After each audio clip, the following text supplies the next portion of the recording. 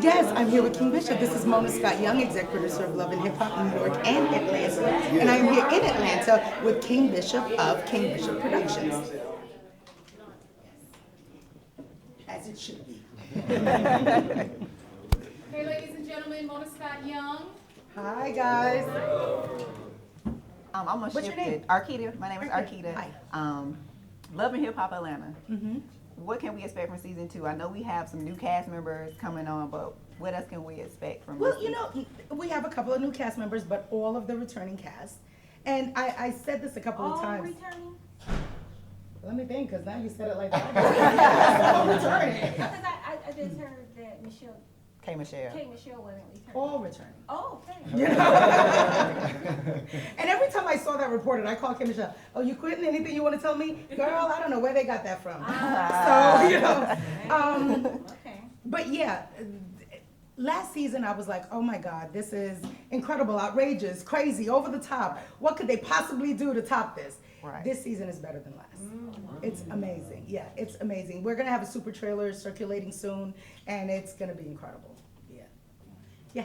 How do you feel about people kind of criticizing you for saying that you exploit black women or black people in general? And what contribution do you feel like the show makes to African American? And I think that there's a lot of hypocrisy out there and a lot of soapboxing that people tend to, get on and they want to wax poetic about things. These women exist. Their lives exist. And again, never said that this was the total definitive picture of all African American women the world over. This is love and hip hop. I have navigated this world for the 20 years of my career, so I am probably as qualified as most to talk about what happens in this world. I've witnessed it, I've experienced it, and there is no one who is really of this world who can say with clear conscience that this stuff does not happen. Because in the back of my head, I don't feel the need to defend it. Because in the back of my head, like Jocelyn, for instance, and I've said it before, like when I gave her that first check and she cried because she had never seen her name printed on a check. Because prior to that, she just had dollar bills thrown at her at clubs. I'm like, don't tell me I'm not doing something. Don't tell me I'm not helping somebody. This is the first time this woman ever had a check printed in her name. So these women, the opportunities that it provides for them, and I always say to them, like, when they're like, thank you so much, I'm like, no, take advantage of it. That's how you thank me. Let me see you out there doing things, not just sitting on your ass, thinking that this is it. This is just a starting point for you. This is a platform. Use it for something. I mean, the one thing I'll say, and I say it sometimes jokingly, is, Emily, he's claiming you now on that red carpet.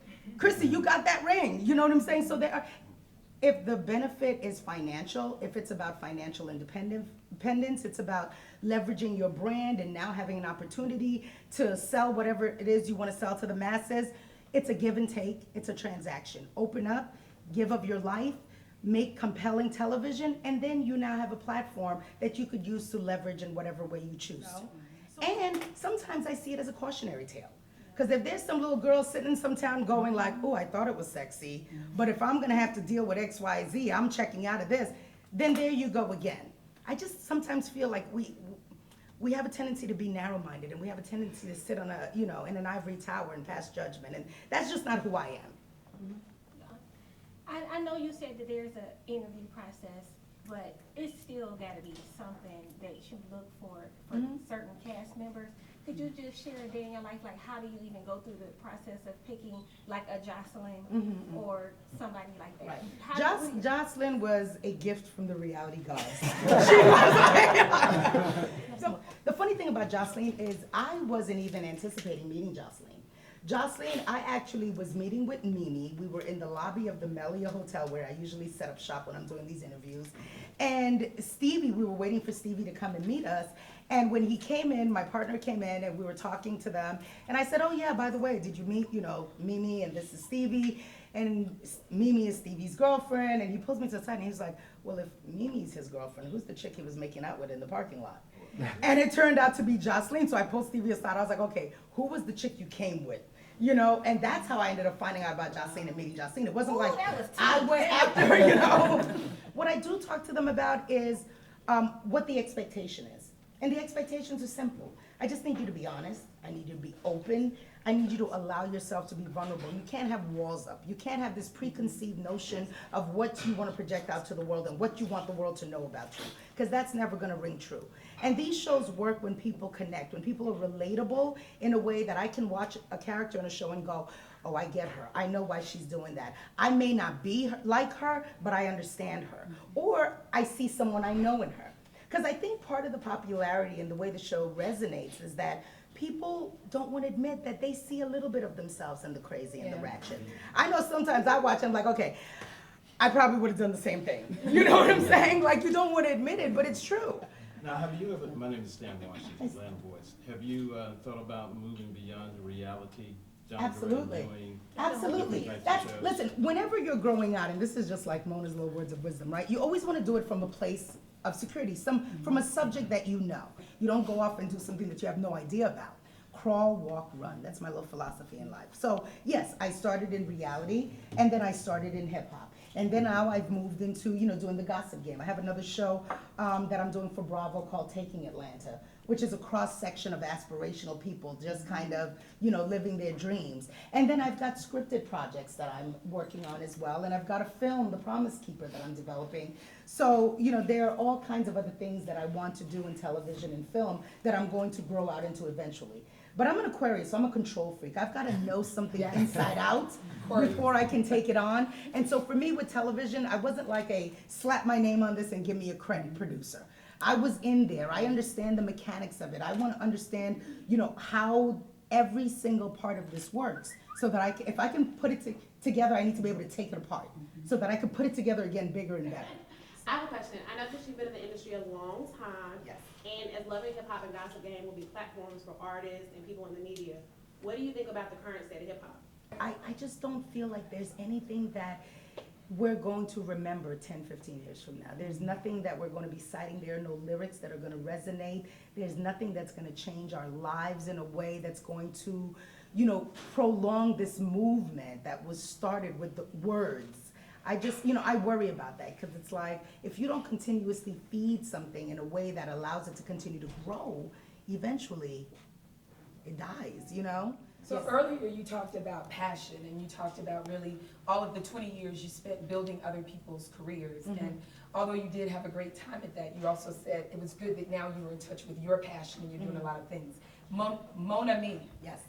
Mon Was Ami. that, was that, Well, like, that- kind of has a Mon Ami, like it's about Oh, that's me so right funny. now. That's what people thought. They were Yeah. like, Mona, it's about me. No, Mon Ami means my Tu parles friend. français?